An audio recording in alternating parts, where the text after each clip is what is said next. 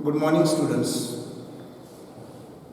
Yesterday we have completed the third part of the text An Encounter of a Special Kind.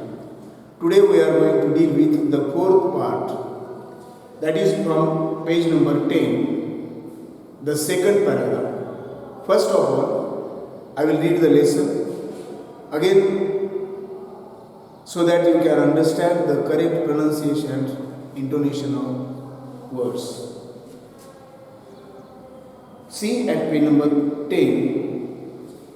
By this time, my parents and sisters had come out onto the veranda and we are witnessing my rescue operation.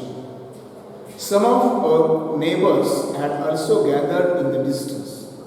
I took the baby langur to our backyard and gently laid him on the floor inside the poultry coop. His body was full of deep bite marks and scratched. Blood was oozing from some of the wounds. The baby remained motionless. My father provided first aid to clean the wounds and stop the bleeding. I was relieved to find out that the baby was breathing, even though his breaths were shallow. Splashes of cold water made the baby stir, and after a few shaky attempts, he sat up. He was in the state of shock and started trembling like a leaf in the wind. His two little twinkling eyes welled up with tears, and he started to sob with a muffled cry, just like a human child would after experiencing trauma. I offered him a peeled banana which he accepted with his unsteady hand and began taking hesitant bites.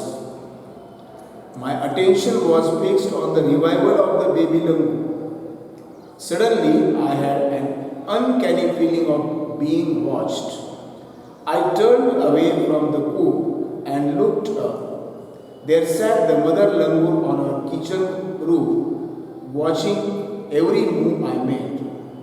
She simply sat there quietly, as if convinced that no harm was being done to her child. Friends, there are some difficult words given at the left side with their meanings, among which I have taken two words. Trauma means great distress. Coop moti dukha. Coop means cage for poultry. Write these meanings in your notebooks with the Marathi meanings and then see the text at page number 10. By this time, my parents and sisters had come out to the veranda. By this time म्हणजे आत्तापर्यंत तोपर्यंत नाही. By this time, my parents and sisters had come out onto the veranda. एवढ्या वेळपर्यंत आतापर्यंत माझे आई वडील आणि माझ्या बहिणी वरंड्यामध्ये आल्या होत्या. And we are witnessing my rescue operation. Rescue operation म्हणजे बचाव कार्य आणि विटनेस म्हणजे साक्षीदार बनणे.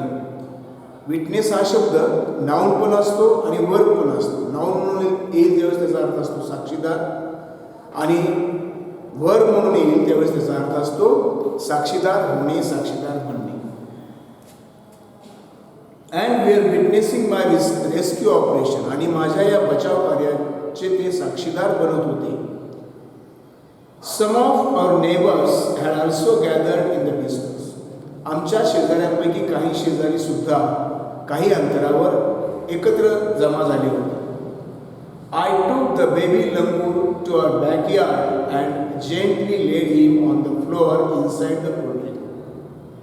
नंतर मी त्या वनाराच्या पिलाला आमच्या पाठीमागच्या अंगणामध्ये घेऊन गेलो आणि त्याला हलकेच जेंटली म्हणजे हलकेच laid him on the floor. त्याला हलकेच जमिनीवर झोपवलं.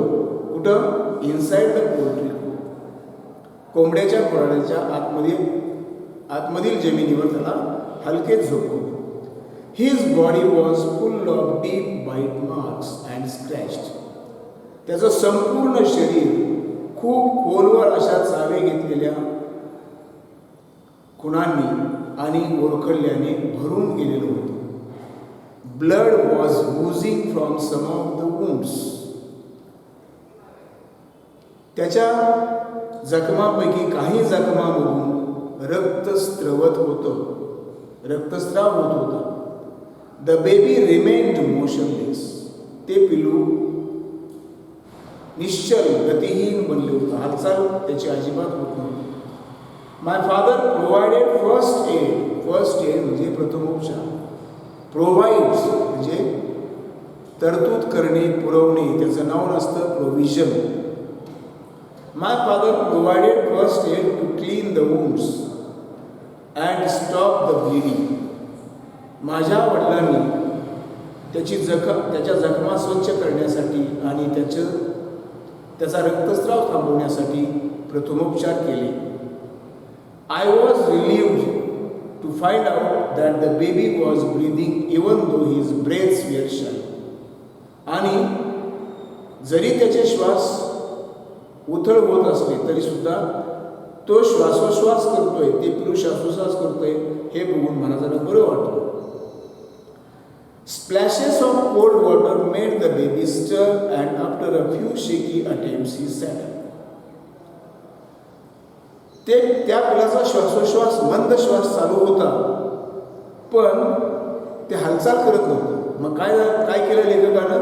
Splashes of cold water made the baby स्टर. त्या पिलाच्या चेहऱ्यावर मारलेल्या थंड पाण्याच्या फवाऱ्यांनी, हबकाऱ्यांनी त्या पिलाला हालचाल करायला भाग पाडलं. म्हणजेच त्यामुळे ते हालचाल करू लागलं. अँड आफ्टर अ फ्यू शेकी अटेम्प्ट्स, आणि काही थरथरते प्रयत्न केल्यानंतर, म्हणजे लटपटत केलेल्या प्रयत्नानंतर ही सॅट अप. ते पिलू उठून बसलं. He was in state of shock. त्याला खूप मोठा धक्का बसलेला होता. And started trembling like a leaf in the wind. आणि वाऱ्यामध्ये ज्याप्रमाणे पान थरथरतं त्याप्रमाणे ते थरथरत होतं. His 2 little twinkling eyes well up with tears. त्याचे 2 लुकलुकणारे डोळे अश्रूंनी भरून गेलेले होते.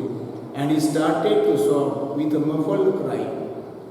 आणि just like a human childhood after experiencing trauma. ज्याप्रमाणे एखाद्या लहान मानवी मुलाला खूप मोठं दुःख झालं तर ते जसं रडतं तशा दबक्या सुरात हुंदके द्यायला त्यानं सुरुवात केली. I offered him a peeled banana which he accepted with his unsteady hand. To offer म्हणजे टू गिव्ह. मी त्याला एक पील्ड बनाना म्हणजे सोललेलं केळं देऊ केलं. Which he accepted with his unsteady hand, की जे त्यानं आपल्या थरथरत्या हातामध्ये स्वीकारलं. And began taking hesitant bites. Hesitant म्हणजे अडखळत घुटमळत तो त्याचे चावे घेऊ लागला, म्हणजेच ते खाऊ लागलं. My attention was fixed on the revival of the baby lung. माझं संपूर्ण लक्ष त्या वानराच्या पिलाच्या पुनरुज्जीवनावर खिळून राहिलेलं होतं. Suddenly, I had an uncanny feeling of being watched. माझं लक्ष त्या पिलाकडे होतं, पण अचानक I had an uncanny feeling. मला एक अशी विचित्र भावना झाली की माझ्यावर कुणीतरी ऑफ बिंग वॉच्ड, माझ्यावर कुणीतरी लक्ष ठेवून आहे, अशी माझ्या मनामध्ये विचित्र भावना निर्माण झाली. I turned away from the coop and looked up. मी खोराड्यातून बाहेर आलो आणि वर पाहिलं. There sat the mother langur on a kitchen roof. आमच्या किचनच्या छपरावर त्या पिलाची आई असणारी वानर बसलेली होती. कशी? Watching every move I made. माझी मी करत असलेली प्रत्येक हालचाल निरखत, त्याचं निरीक्षण करत ती तिथं बसलेली होती. शी सिम्पली सॅट देअर क्वाइटली. आणि ती शांतपणे तिथं बसून राहिलेली होती. का शांतपणे बसून राहिली? ॲज इफ, जणू काही, she was convinced that no harm was being done to her child. जणू काही तिला खात्री होती की तिच्या पिलाला कसल्याही प्रकारची इजा केली जाणार नाही माझ्याकडून. अशा खात्रीनं ती तिथं शांतपणे बसून राहिलेली होती. या ठिकाणी क्वाइटली हा शब्द आहे पहा शेवटी. क्वाइटली या शब्दाकडे लक्ष द्या. Quietly is adverb derived from the adjective quiet. There is another word QUITE. हे adverb असतं. हे पण adverb असतं. It can be used as adjective also. Look at the spelling of this word QUIET आणि QUITE. Spelling makes the difference in the pronunciation of these two words. It should be pronounced as quiet and it should be pronounced as quiet. Quiet and quiet. Okay? Now see, I have given some other words from the paragraph. First word is wound. आता wound म्हणजे जखम. Wound हा शब्द noun असतो, त्याचा अर्थ असतो जखम. दुसरा शब्द आहे विंड. विंड हा शब्द सुद्धा नाउन आहे, त्याचा अर्थ असतो वारा. तिसरा शब्द दिलाय मी WIND. इथलं आणि हे स्पेलिंग सारखं आहे. ज्यावेळेस विंड WIND हा शब्द नाउन म्हणून येतो, त्याचा अर्थ असतो वारा, आणि त्यावेळेस त्याचा उच्चार असतो विंड. पण ज्यावेळेस WIND हा शब्द वर्ब म्हणून येईल, त्याचा अर्थ असतो गुंडाळणे, पण त्यावेळेस त्याचं प्रोनाउन्सिएशन बदलतं आणि त्याचा उच्चार होतो वाइंड. आणि मी तुम्हाला इंग्रजीमधल्या या अर्थामधील शब्दांच्या वापरामधील गमती सांगतो. वुंड हा शब्द जखम नाउन म्हणून, WIND विंड हा शब्द नाउन म्हणून त्याचा अर्थ वारा आणि त्याचा उच्चार WIND चा उच्चार विंड. पण WIND हा शब्द जर वर म्हणून आला तर त्याचा अर्थ गुंडाळणे आणि त्याचा उच्चार असतो वाइंड. आता या वाइंड या क्रियापदाची तीन रूपं बघा. वाइंड या क्रियापदाची तीन रूपं होतं, नामाची होत नसतं. वाइंड या क्रियापदाचं पास्ट टेन्स असते वुंड आणि पास्ट पार्टिसिपल सुद्धा वुंड. मग हे वुंड आणि हे वुंड सारखं आहे का? नाही. हे वुंड आहे ते past tense and past participle form of the verb wind. त्याचा अर्थ असतो गुंडाळले, गुंडाळलेला. पण हाच शब्द ज्यावेळेस नाउन म्हणून येईल त्यावेळेस त्याचा अर्थ असतो जखम आणि तो शब्द असतो वुंड. आता दुसरा एक शब्द तुम्हाला सांगतो. बरेच इथं आलेला शब्द आहे ब्लड. ब्लड हा शब्द नाउन. ब्लड म्हणजे रक्त आहे, तुम्हाला माहिती आहे. आणि बऱ्याचदा आपलं इंग्रजीतलं प्रभुत्व, इंग्रजीवरचं कौशल्य दर्शवण्यासाठी काही लोक बऱ्याचदा खूप मोठा रक्तस्राव होत होता असं मराठीत बोलत नाही, लय ब्लडिंग होत होतं. ब्लडिंग हा शब्द चुकीचा आहे.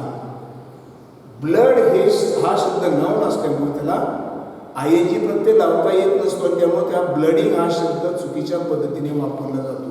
काय म्हणायला पाहिजे तर ब्लड या शब्दाचं जे क्रियापद असेल, नामाचं जे क्रियापद असेल ते असते ब्लीड, आणि मग त्याला तुम्ही ING प्रत्यय लावू शकता आणि त्यावेळेस त्याचा तो शब्द वापरला जाऊ शकतो ब्लीडिंग अशा.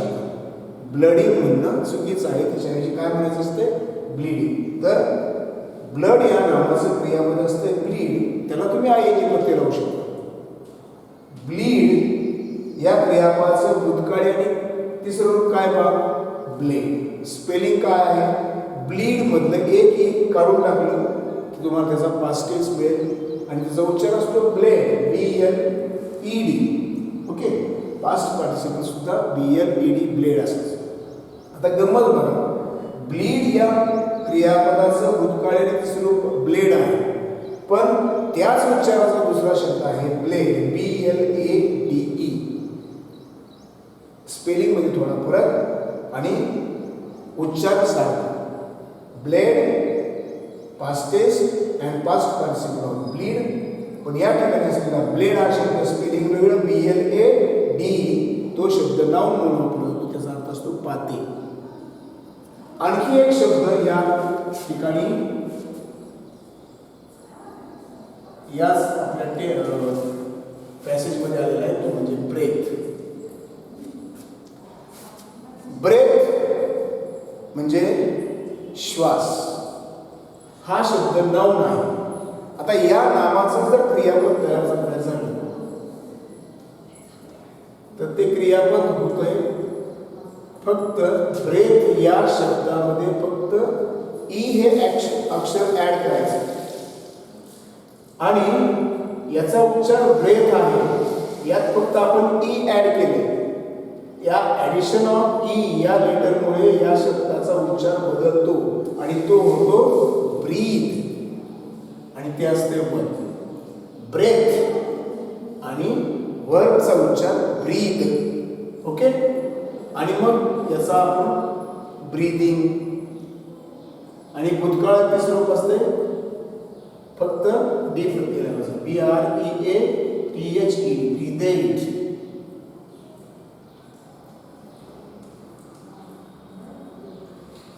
ब्रेथ म्हणजे श्वास नाऊन म्हणून, आणि त्याचं वर्ब असते ब्रीद, आणि त्याचा अर्थ असतो श्वास घेणे.